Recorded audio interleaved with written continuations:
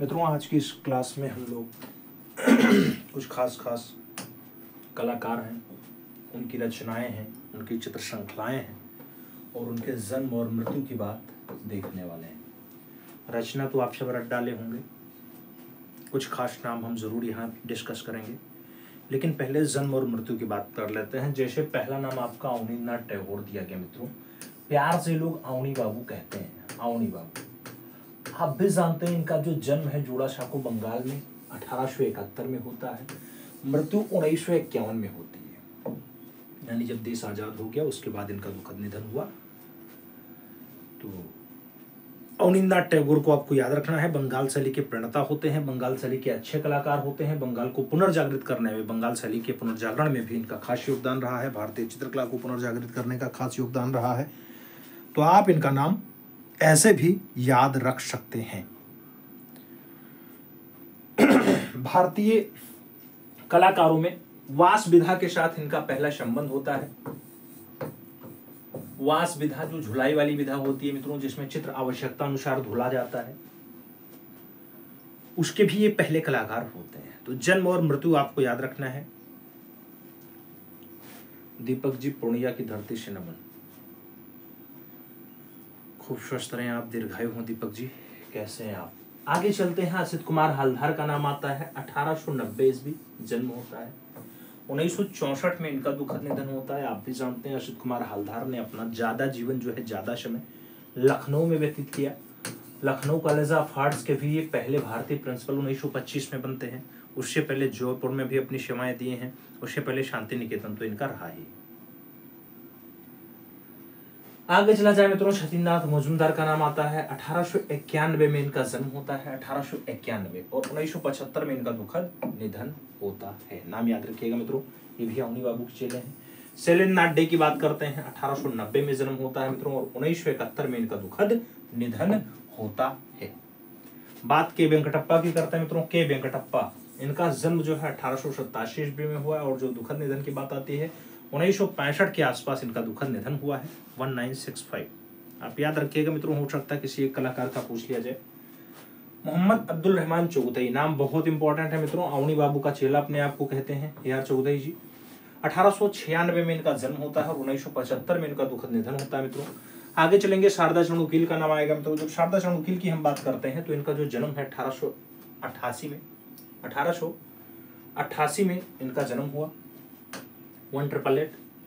और इनके दुखद निधन की अगर बात आती है मित्रों तो 1940 में इनका दुखद निधन हुआ है। कब हुआ है? 1940 में इनका दुखद निधन हुआ है। नाम याद रखिएगा, शारदा चाणुकील। आगे चलते हैं, मुकुल चंद डे का नाम आता है मित्रों। मुकुल चंद डे का जन्म जो है 1895 में हुआ और दुखद निधन 1989 में हुआ, यानी 1889 के आसपास इनका दुखद निधन हुआ है।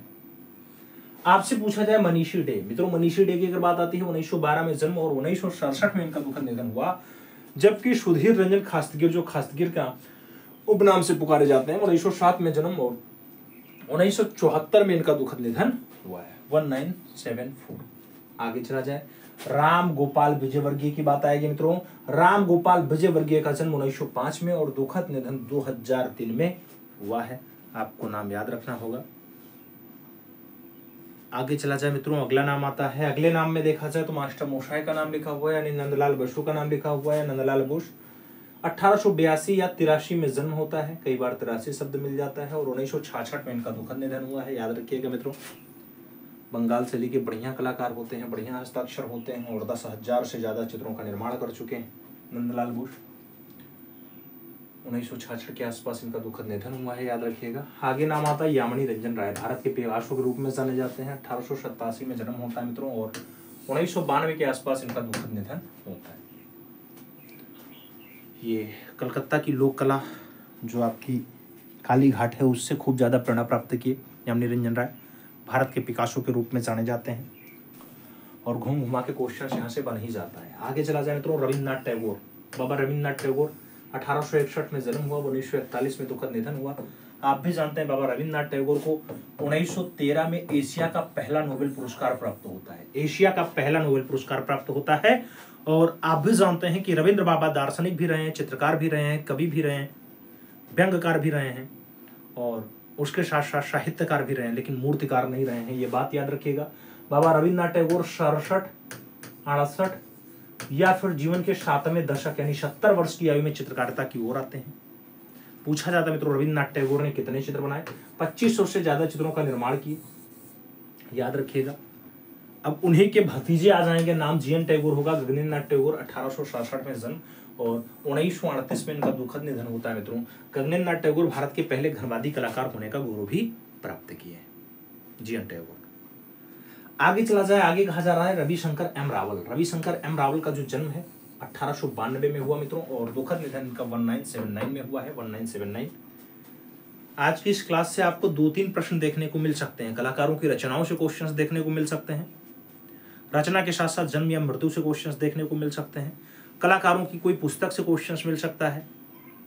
ठीक है, तो याद रखिएगा, क्लास हल्के मत लीजिएगा।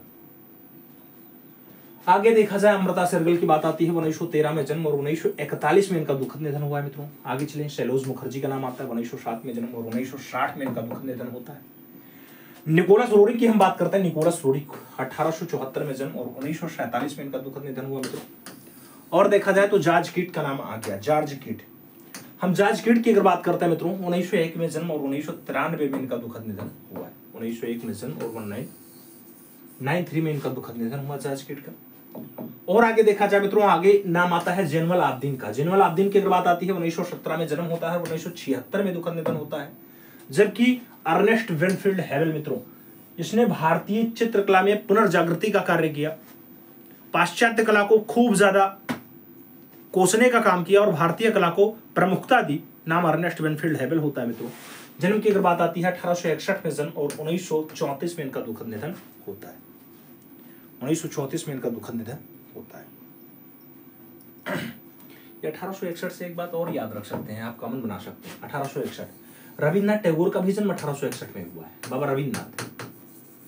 आगे चलते हैं, कनु देसाई 1907 में जन्म हुआ और 1980 में इनका दुखद निधन हुआ है मित्रों, कनु देसाई। और समरेंद्रनाथ गुप्त का नाम दे दिया गया, 1887 में जन्म और 1964 में इनका दुखद निधन होता है। तो जन्म और दुखद निधन की बात आपको हर हाल में याद रखनी होगी मित्रों। जन्म और दुखद निधन की बात आपको हर हाल में याद रखनी होगी, घूम घुमा के क्वेश्चंस मिल जाता है, खूब क्वेश्चंस देखने को मिलेंगे। चाहे माँ और शिशु सुधे रंजन खासदिगर की पूछ ले या यामिनी रंजन राय की पूछ ले, रचना तो एक ही है ना, रचनाकार तो एक ही बनेगा।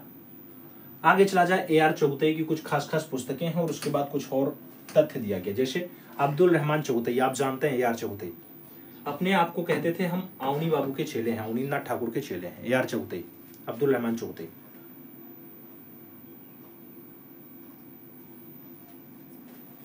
अब्दुल रहमान चौगुतई की जो पुस्तकें हैं, इन पुस्तकों में मुरक्का-ए-चौगुतई इन्होंने लिखी 1928 में। नक्काछ-ए-चौगुतई ये पुस्तक होती है 1935 में। और चौगुतई पेंटिंग्स की अगर बात आती है 1946 में। तो ये तीनों पुस्तकें आपको AR चौगुतई के लिए याद रखनी होगी मित्रों। AR चौगुतई, AR चौगुतई एक श्रृंखला भी बनाते हैं, आप भी जानते हैं। श्रृंखला बहुत फेमस होती है मित्रों, और श्रृंखला जो है ग्लूमी राधिका है। ग्लूमी राधिका, ये चित्र श्रृंखला किसके द्वारा बनाई गई? अब्दुल रहमान चौगुतई के द्वारा ही बनाई गई है चित्र श्रृंखला, आप याद रखिएगा मित्रों, ग्लूमी राधिका। घूम घुमा के क्वेश्चंस मिल जाएगा आपको, ठीक है, छोड़ना नहीं है मित्रों। हर एक पॉइंट्स को जब सहेजते हुए चलेंगे तभी काम बन पाएगा, क्योंकि आपने जो सपना सजोया है बहुत अच्छा सपना है मित्रों। अभी नहीं तो कभी नहीं के उद्देश्य के साथ लगिए और ईमानदारी से पढ़ लीजिए बस। जब 14 और 15 तारीख को आपका पेपर हो, किसी भी शिफ्ट में हो मित्रों, तो ये ना रहे कि कोई क्वेश्चन ऐसा है जो हमारे आंखों के सामने नहीं गुजरा है, ऐसा ना हो, बस हम ये चाहते हैं। क्योंकि अभी असिस्टेंट प्रोफेसर का भर्ती का पेपर हुआ है और उसमें बहुत से लोगों ने ऐसा कहा है कि सर जी जो आपने कराया था लगभग वही क्वेश्चन हमें देखने को मिला है, बहुत आसान पेपर था। वो ये नहीं कह रहे हैं कि कितना दिनों से हमने तपस्या कर दी है, कितना पसीना बहा दिया गया है, कितना तपा गया है। इतने टेम्परेचर में क्लास लेने से क्या फायदा भाई, अगर कुछ मिले ना उससे।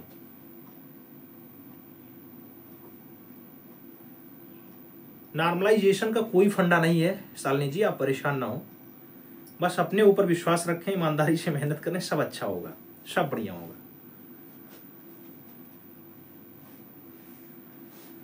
जी अर्चना जी, असिस्टेंट प्रोफेसर का बिल्कुल पेपर सॉल्व करवाते हैं, जैसे हमारे पास पेपर पहुंचता है हम सॉल्व करवाते हैं। आगे चलते हैं। पाकिस्तान टेलीविजन निगम के लिए किसने लोगो को डिजाइन किया मित्रों? लोगो यही है, जैसे हम यहाँ पीला लोगो अपना इस्तेमाल कर रहे हैं जीएस भाई नीरज सर का, ऐसे लोगो। तो लोगो कहाँ के लिए? पाकिस्तान टेलीविजन के लिए। उनके लिए जो लोगो मेंटेन किया गया AR चुगतई के द्वारा किया गया मित्रों, अब्दुल रहमान चुगतई के द्वारा किया गया। पाकिस्तान के स्वतंत्रता दिवस पर 9 टिकटों का सेट बनाया था। पाकिस्तान आप भी जानते हैं भारत से एक दिन पहले स्वतंत्र हो जाता है, भारत का ही अभिन्न अंग था। बंटवारे के बाद पाकिस्तान अलग हुआ तो 9 टिकटों का एक सेट मेंटेन किया गया AR चुगतई के द्वारा, अब्दुल रहमान चुगतई के द्वारा।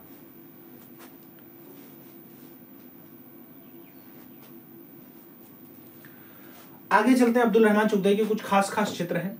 प्रमुख चित्रों में अगर बात करते हैं, होली रचना इनकी बढ़िया है, बुझी हुई लो बहुत अच्छी रचना है, सहारा की राजकुमारी अच्छी रचना है, मुगल प्रिंसेस अच्छी रचना है, प्रिंस सलीम अच्छी रचना है, जीवन रचना इनकी बहुत अच्छी है। और आगे बढ़ते हैं तो AR चुगतई में रचनाओं की बात करते हैं। गीत की भेंट बढ़िया रचना है, गीत की भेंट हो गया, जीवन जाल हो गया, सन्यासी हो गया, जंगल पर लैला हो गया, ये सब बढ़िया रचनाएं हैं मित्रों, अच्छी रचनाओं में शुमार। जंगल पर लैला हो गया, मिर्जा गालिब हो गया, ये सब रचनाएं अच्छी रचनाओं में है। गीत की भेंट है, जीवन जाल है, सन्यासी है, जंगल पर लैला है, मिर्जा गालिब है, जीवन है, राधा कृष्ण है, हरमन तोता स्टार लगाइएगा मित्रों, हरमन तोता, ठीक है। कवि तुलसीदास हैं, अल्लामा इकबाल हैं, अल्लामा इकबाल की शायरी पे भी दृश्य इन्होंने बनाया है। नग्न चित्रण नूड आकृति भी इन्होंने मेंटेन किया है मित्रों, AR चुगतई ने, याद रखिएगा।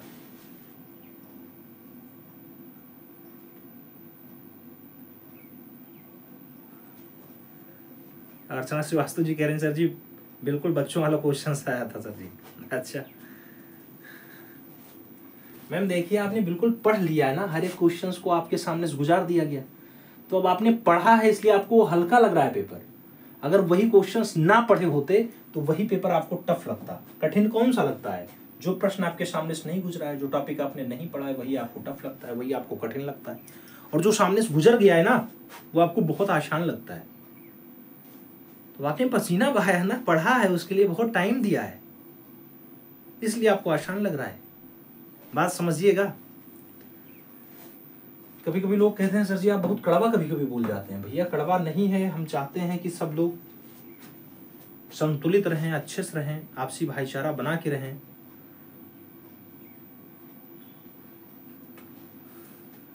सर जी प्रोफेसर जैसा क्वेश्चन नहीं था,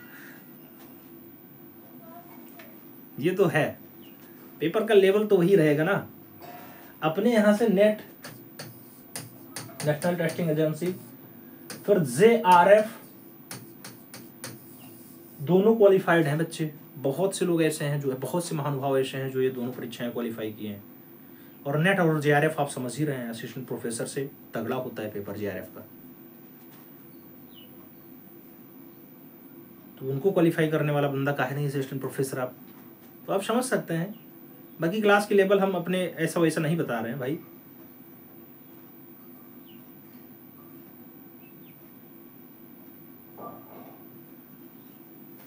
आगे चलते हैं। के वेंकटप्पा जो कर्नाटक का मंसूर कहलाता है मित्रों, के वेंकटप्पा की बात करते हैं। रचना है भिक्षा मांगते हुए बुद्ध। भिक्षा मांगते हुए बुद्ध रचना किसकी है? अनीता जी हम नेट JRF की तैयारी नहीं करवा रहे हैं, लोग यहाँ से क्लास करके कई लोग ऐसे हैं जो JRF क्वालिफाई कर लिए, नेट तो बहुत से लोग ऐसे हैं, ठीक है। आगे चलते हैं। राम, सीता और स्वर्ण रचना किसकी है? के वेंकटप्पा की है। आगे चला जाए।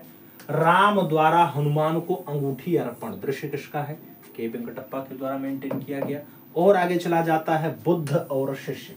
बुद्ध और शिष्य रचना की अगर बात करते हैं, ऐसी रचना भी के वेंकटप्पा के द्वारा बनाया गया है। और आगे चला जाए, राम तथा स्वर्ण मृग की बात करेंगे, रचना किसकी है?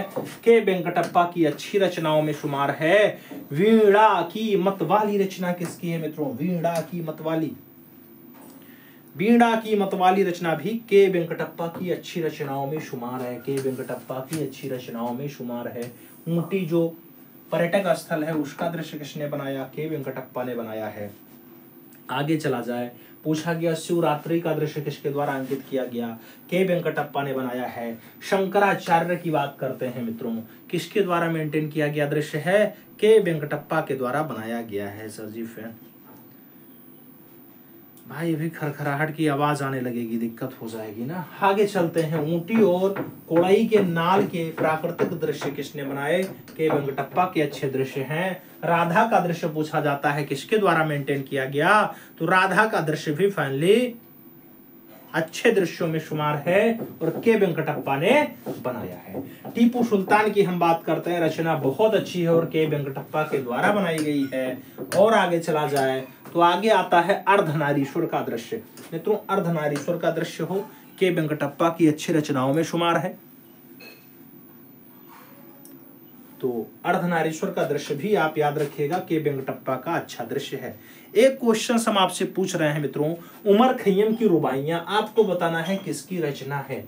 उमर खैयम की रुबाइयां, रचनाकार कौन बनता है। उमर खैयम की रुबाइयां आप बताइए रचनाकार कौन है।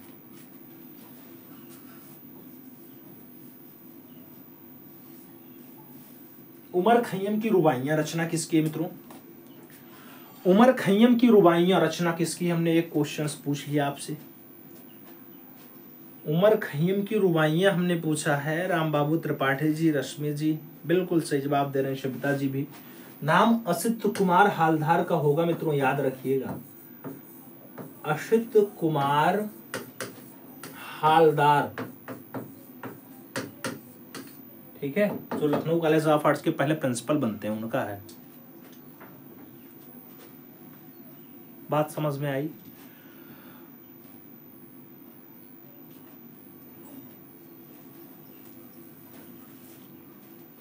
हम आपसे पूछ लें स्त्री मुखाकृति वाला जो फाइनली स्त्री मुखाकृति, हम आपसे पूछ लें स्त्री मुखाकृति का फाइनली एक चित्र श्रृंखला मेंटेन किया गया किस कलाकार के द्वारा।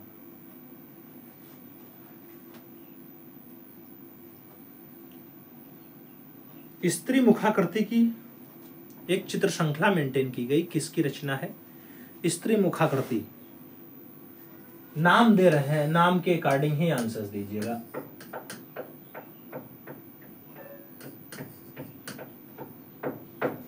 Abdul Rahman Chagatai, Rabindranath Tagore, Abanindranath Tagore, GN. टैगोर।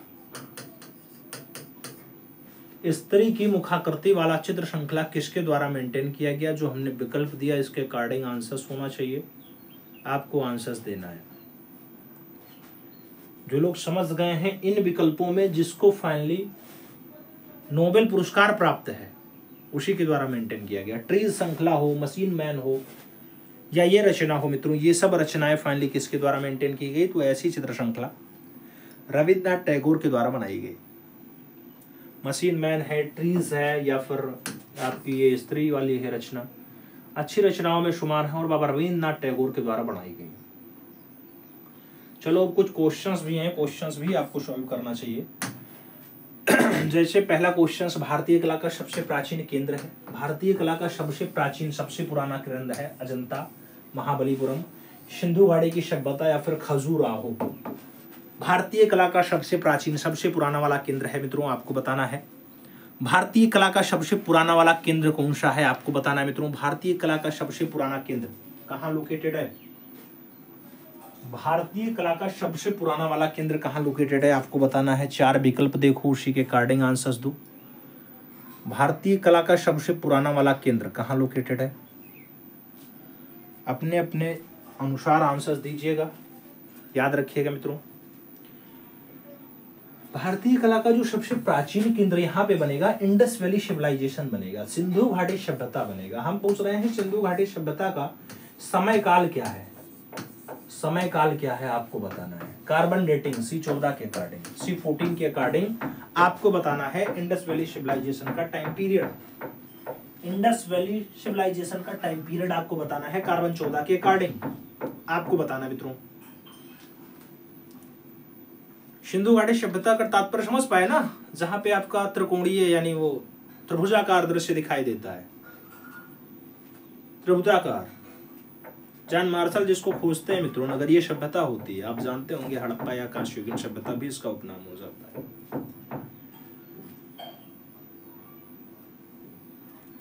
आपसे पूछा जा रहा है, हमने पूछा है आपसे इसका टाइम पीरियड क्या है मित्रों।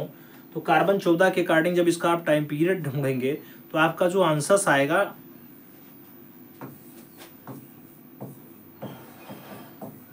2350 से 1750। कार्बन डेटिंग के अकॉर्डिंग 2350 1750 होता है। ठीक है, क्वेश्चंस बनता है 2300 से 17, जैसा जैसा मिल जाए भाई वैसा आप लगाइएगा। फिलहाल 2350 से 1750 इसका टाइम पीरियड होता है, याद रखिएगा। सिंधु घाटी के लोग पूछा जाता है किससे परिचित नहीं थे, तो लोहा नहीं जानते थे, लोहा से अपरिचित थे मित्रों, लोहा धातु नहीं जानते थे सिंधु घाटी के लोग। यहाँ पूछा जाता है विस्तार इसका कैसा रहा, तो त्रिभुजाकार रहा, ऐसा विस्तार रहा है। सिंधु घाटी सभ्यता में जो विस्तार रहा नगर का वो ऐसा रहा है, त्रिभुजाकार रहा, त्रिभुजाकार। क्वेश्चंस घूम घुमा के खूब पूछता है आपसे, घूम घुमा के खूब पूछता है। घर के दरवाजे किधर खुलते थे, तो पीछे की तरफ खुलते थे, आगे नहीं खुलते थे, पीछे खुलते थे।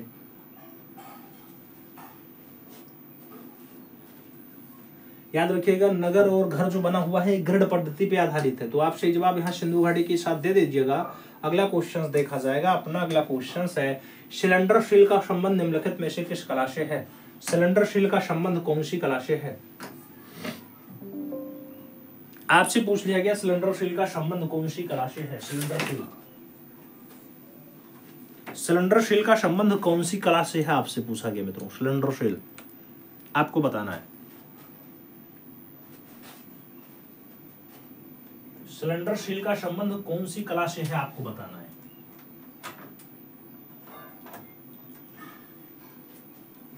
सिलेंडर शील का संबंध कौन सी कला से आपको बताना है। सिलेंडर शील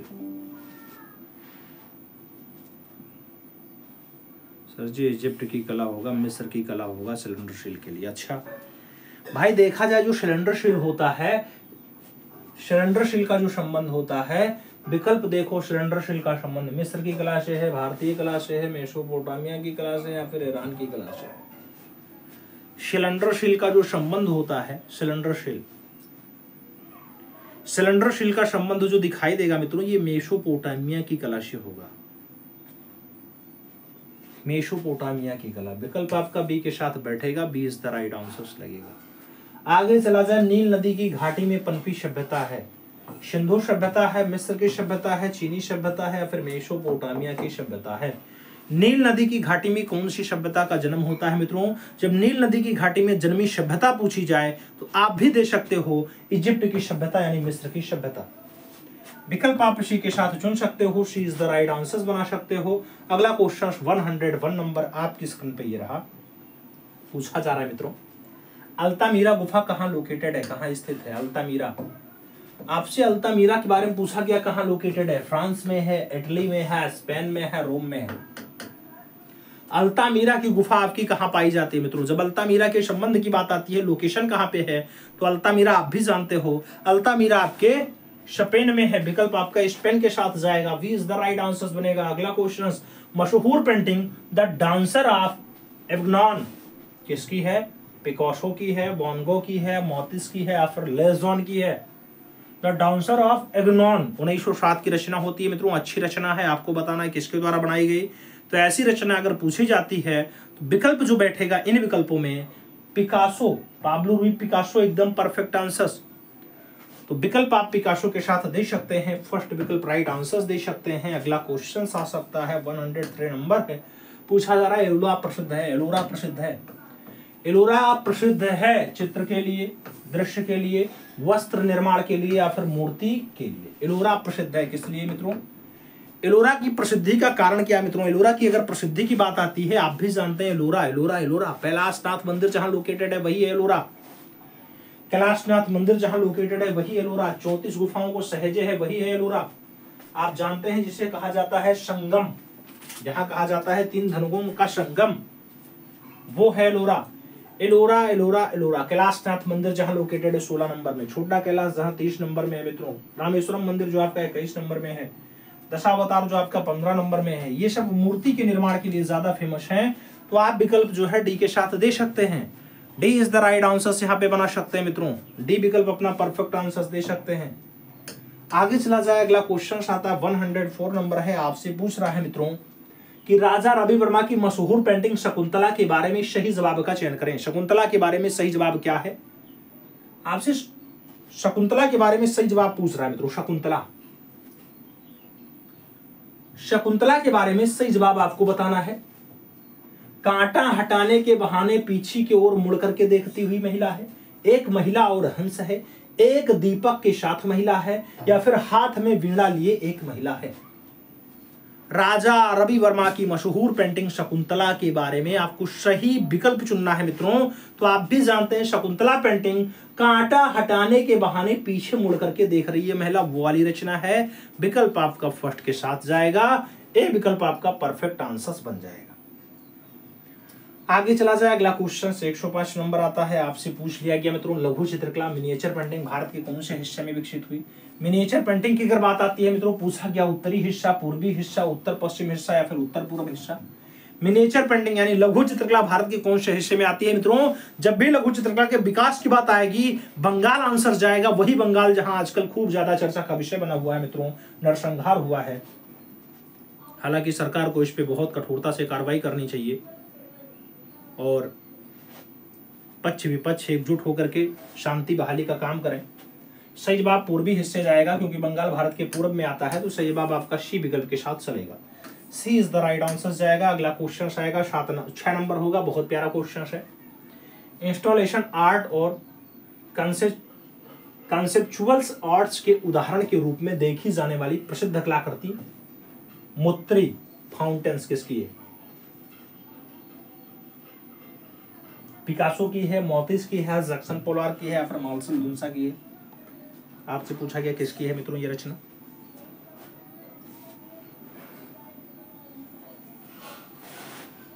सही जवाब मार्सेल दुन्सा बैठेंगे मित्रों, विकल्प आपका डी के साथ जाएगा। D is the right answer लगाइएगा। आगे चला जाएगा, अगला क्वेश्चन आएगा 107 नंबर होगा। जयपुरी फ्रेस्को चित्रण वर्तमान में किस केंद्र पर सिखाया जाता है? जयपुरी फ्रेस्को चित्रण कौन से केंद्र पे सिखाया जाता है, आपसे पूछा गया। नाम दिया गया वनस्थली विद्यापीठ का, बंबई का, मद्रास का और वाराणसी का नाम दे दिया गया। जयपुरी फ्रेस्को की बात आती है मित्रों, जयपुरी फ्रेस्को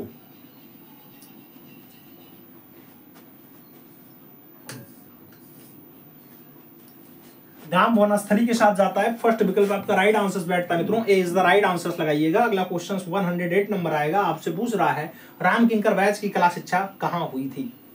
राम किंकर बैच की कला शिक्षा कहाँ हुई थी, आपसे पूछ रहा है मित्रों। नाम श्री निकेतन का है, कोलकाता स्कूल ऑफ आर्ट्स का है, कला भवन शांति निकेतन का है, बंगाल स्कूल ऑफ आर्ट्स नाम दे दिया गया।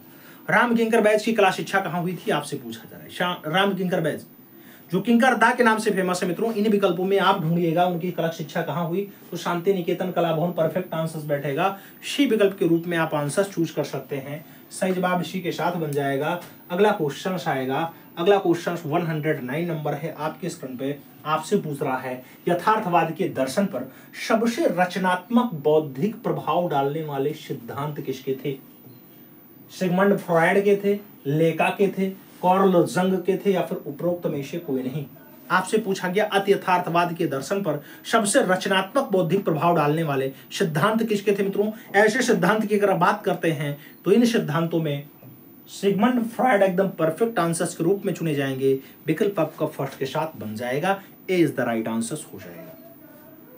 आगे चला जाए 110 नंबर क्वेश्चन से 110 नंबर क्वेश्चन है मित्रों, आपसे पूछ रहा है, कह रहा है नीलिमा शेख की कलाकृतियां इनसे प्रभावित हैं। नीलिमा शेख की कलाकृतियां इनसे प्रभावित हैं, किनसे प्रभावित हैं मित्रों? जब बात नीलिमा शेख की हो रही हो और आंसर्स क्या बनाना है तो आप ढूंढ सकते हैं नीलिमा शेख मुगल लघु चित्र से, जापानी वुडकट से, पाश्चात्य आधुनिकता से, या फिर उपरोक्त सभी से। मित्रों नीलिमा शेख की बात आ रही है, नीलिमा शेख की जो कलाकृतियां हैं जिनसे प्रभावित हैं वो प्रभाव ढूंढा जाए तो इन विकल्पों में जो राइट आंसर बनेगा पाश्चात्य भी है, जापानी भी है, मुगल भी है, इसलिए आप ऑल ऑफ दीज आंसर्स दे सकते हैं। डी विकल्प अपना परफेक्ट आंसर चुन सकते हैं। सही जवाब डी के साथ बन जाएगा। अगला क्वेश्चन आएगा 111 नंबर होगा, 111 यानी 111। आपसे क्वेश्चन पूछ लिया गया मित्रों, भारत में पुनरुत्थानवादी स्कूल यानी रिवाइलिस्टिक के जन्मदाता थे। पुनरुत्थानवादी स्कूल के जन्मदाता रविन्द्रनाथ टैगोर थे, अमृता शेरगिल थे, अवनींद्रनाथ टैगोर थे, या फिर राजा रवि वर्मा थे? भारत में पुनरुत्थानवादी स्कूल का जन्मदाता आपको बताना है। पुनरुत्थान पूछे, पुनर्जागरण पूछे, बंगाल स्कूल का जन्मदाता पूछे, बंगाल शैली का जन्मदाता पूछे, नाम एक ही बनेगा मित्रों। नाम बहुत प्यारा होगा, भारत का पहला वास कलाकार, भारत का पहला धुलाई वाला कलाकार, नाम आपका उनीन्द्रनाथ ठाकुर जाएगा। विकल्प आप अवनी बाबू के साथ दे सकते हैं, बी विकल्प अपना राइट आंसर चुन सकते हैं। अगला क्वेश्चन अपना 112 112 नंबर क्वेश्चन आपके स्क्रीन पे है। आपसे पूछ रहा है वर्ष 1967 ईस्वी में ग्रुप 8 की स्थापना दिल्ली में किसने की? ग्रुप 8 की स्थापना दिल्ली में किसके द्वारा 1967 में की गई? नाम अनुपम सूद का है, शोभा बूटा का है, जयकृष्ण अग्रवाल का है और जगमोहन चोपड़ा का नाम दे दिया गया। ग्रुप 8 की स्थापना की बात आती है मित्रों, ग्रुप 8 दिल्ली में एस्टेब्लिश हुआ। इन विकल्पों में किसके द्वारा एस्टेब्लिश किया गया मित्रों? जब ग्रुप 8 की बात आए तो आप आंसर्स यहाँ पे जगमोहन चोपड़ा दे सकते हैं, डी विकल्प अपना राइट आंसर चुन सकते हैं। सही जवाब डी के साथ बन जाएगा। अगला क्वेश्चन 113 नंबर आएगा। कार्तिकेय का वाहन क्या है मित्रों? कार्तिकेय आप भी जानते हैं, ये गणेश जी के भाई हैं, लंबोदर जी के भाई हैं, भगवान भोलेनाथ के ये बड़े पुत्र हैं। कार्तिकेय आपसे पूछा गया कौवा इनका वाहन है, कबूतर वाहन है, मोर वाहन है या फिर शेर वाहन है। जैसे भगवान गणेश की बात आती है तो आप भी जानते हैं चूहा उनका वाहन होता है, मूषक। और जो कार्तिकेय जी हैं इनका वाहन मोर है मित्रों, मोर पक्षी। विकल्प आपका बी के साथ लगेगा, B is the right answer बनेगा। आगे चला जाए, अगला क्वेश्चन आता है 114 114 नंबर प्रश्न आपसे पूछ रहा है, कह रहा है प्रलय में नष्ट हुई वस्तुओं की उद्धार के लिए विष्णु ने किस रूप को धारण करके मंदर पर्वत को अपनी पीठ पर रख लिया और स्वयं सागर की तल पर बैठ गए? मत्स्य रूप में, वराह रूप में, कूर्म रूप में या फिर कलिक रूप में? आपसे पूछा गया भगवान विष्णु ने कौन सा रूप धारण किया, मंदर पर्वत को अपनी पीठ पर रखा और स्वयं समुद्र के तल में बैठ गए, सागर के तल में बैठ गए और फिर काम हुआ तो नाम कूर्म अवतार है। विकल्प बी के साथ जाता है, B is the right answer चुनना होता है। आगे चला जाएगा, 115 नंबर क्वेश्चन आएगा। आपसे पूछ रहा है मित्रों 115 115 नंबर कह रहा है I like America and American likes me. ऐसी कलाकृति किसकी है? I like America and American likes me. क्या पिकासो की है, जैक्सन पोलार की है, जोसेफ बुइज की है या फिर एंडी वारहोल की है? ऐसी रचना फाइनली किसकी है मित्रों? आपको चूज करना है, बताना है। जब ऐसे रचना के बारे में हम पूछते हैं तो ऐसी रचना इन विकल्पों में जोसेफ बुइज की है, आप विकल्प बी के साथ दे सकते हैं, B is the right answer लगा सकते हैं। 116 नंबर प्रश्न है, पूछ रहा है रविन्द्रनाथ टैगोर ने अपने अधिकतर चित्र कौन से मीडियम में बनाए, कौन से माध्यम में बनाए? पेस्टल माध्यम, जल रंग माध्यम, स्याही और फाउंटेन पेन माध्यम या फिर रंगीन पेंसिल माध्यम? बाबा रविन्द्रनाथ टैगोर आप भी जानते हैं चित्रों की संख्या लगभग 2500 है और इन 2500 चित्रों में ज्यादा से ज्यादा चित्र इन्होंने कौन से मीडियम में बनाया? तो आप भी जानते हैं पेन पकड़ते थे, पेन से स्केच तैयार कर देते थे, फटाक से हो जाता था, स्केच और फाउंटेन पेन। विकल्प बनेगा C is the right answer लगेगा। आगे चला जाएगा, अपना अगला क्वेश्चन आएगा 117 117 नंबर कह रहा है रेड स्टूडियो किसकी पेंटिंग है? रेड स्टूडियो किसकी पेंटिंग है मित्रों? रेड स्टूडियो की बात आती है, मातिस की पेंटिंग है, वैन गॉग की है, पिकासो की है या फिर पॉल सेजान की है? रेड स्टूडियो की बात आती है। रेड स्टूडियो जिसकी पेंटिंग मित्रों वो नाम किसका है? Red studio. इन विकल्पों में मातिस के साथ आप विकल्प दे सकते हैं, मातिस इज द राइट आंसर बना सकते हैं। विकल्प आपका फर्स्ट के साथ बन जाएगा। अगला क्वेश्चन 118 नंबर आएगा। 118 आपसे पूछ रहा है मित्रों देवदासी प्रथा का प्रारंभ उल्लेख मिलता है। देवदासी प्रथा का जो प्रारंभिक उल्लेख है मित्रों, क्या जोगी मारा गुफा मिलेगा, अजंतम गुफा मिलेगा, तंजौर गुफा मिलेगा या फिर जगन्नाथ मंदिर में प्राप्त हो जाएगा? देवदासी प्रथा की अगर बात आती है, इन विकल्पों में आप भी जानते हैं सुतनुका नामक देवदासी का उल्लेख कौन सी गुफा में हुआ? तो सुतनुका नामक देवदासी का जो उल्लेख है जोगी मारा में हुआ है, इसलिए जोगी मारा आपका परफेक्ट आंसर बनेगा। First is the right answer हो जाएगा, ए विकल्प आपका सही जवाब बन जाएगा। First is the right answer लगा लीजिएगा, first is the right answer लगा लो मित्रों।